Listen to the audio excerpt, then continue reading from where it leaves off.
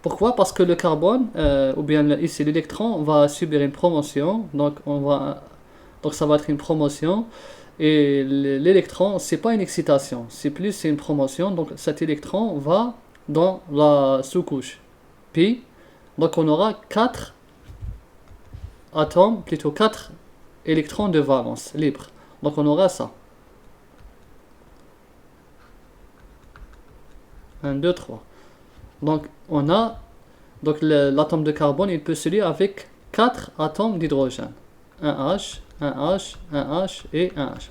Donc ceci explique. On sait que le carbone, il a 4 électrons libres.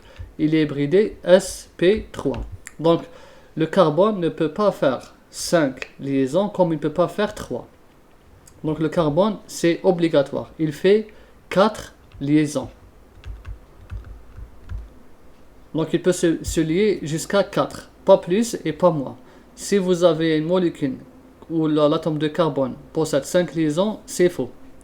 Ici, l'atome de carbone possède 3 ou 2 liaisons aussi, c'est faux. L'atome de carbone doit posséder 4 liaisons, il doit faire 4 liaisons simples avec les autres atomes. Soit avec lui-même, par exemple avec CCC, soit avec H, soit avec un. Ensuite, on va voir ça. L'essentiel, ce qu'il faut retenir, que le carbone, il est hybridé sp3, donc il est tétravalent. Il peut former 4 liaisons simples. Quoi d'autre? Donc, la troisième raison, aussi elle est importante, c'est que l'atome de carbone, il a une électronégativité moyenne, de l'ordre, je pense, de 2,2. Son électronégativité. Cette électronégativité, elle lui permet de se lier avec des molécules, avec des atomes plus électronégatifs et moins électronégatifs que lui. Dans le tableau périodique, l'atome de carbone, on le trouve dans le bloc P. L'atome de carbone, il se trouve ici. Donc, il peut se lier avec les atomes qui sont ici, comme il peut se lier avec les atomes qui sont là. Donc, il a la capacité à se lier avec des atomes de plus grande électronégativité, de plus faible électronégativité.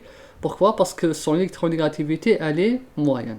Voilà donc les 3 raisons pourquoi les molécules organiques sont composées principalement d'atomes de carbone. Voilà en résumé. Donc en chimie organique, on a les molécules organiques qui sont composées principalement de C et de H. Tous les autres atomes, sans compter ces deux-là, les autres atomes sont nommés hétéroatomes. Quand on parle d'hétéroatomes,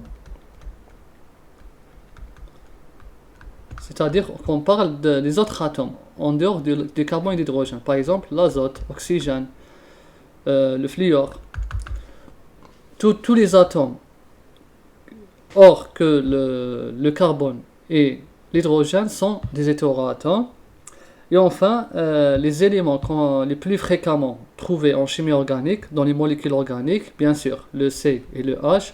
Ensuite, on trouve l'oxygène, les halogènes comme le fluor, le chlore, le brome. Aussi, on trouve aussi beaucoup l'azote dans les molécules organiques. On trouve aussi parfois le bore. Donc, tout ça, on y trouve.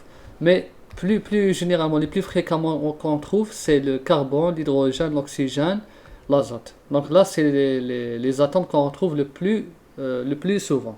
Voilà pour la définition de la chimie organique qu'on appelle la chimie du carbone.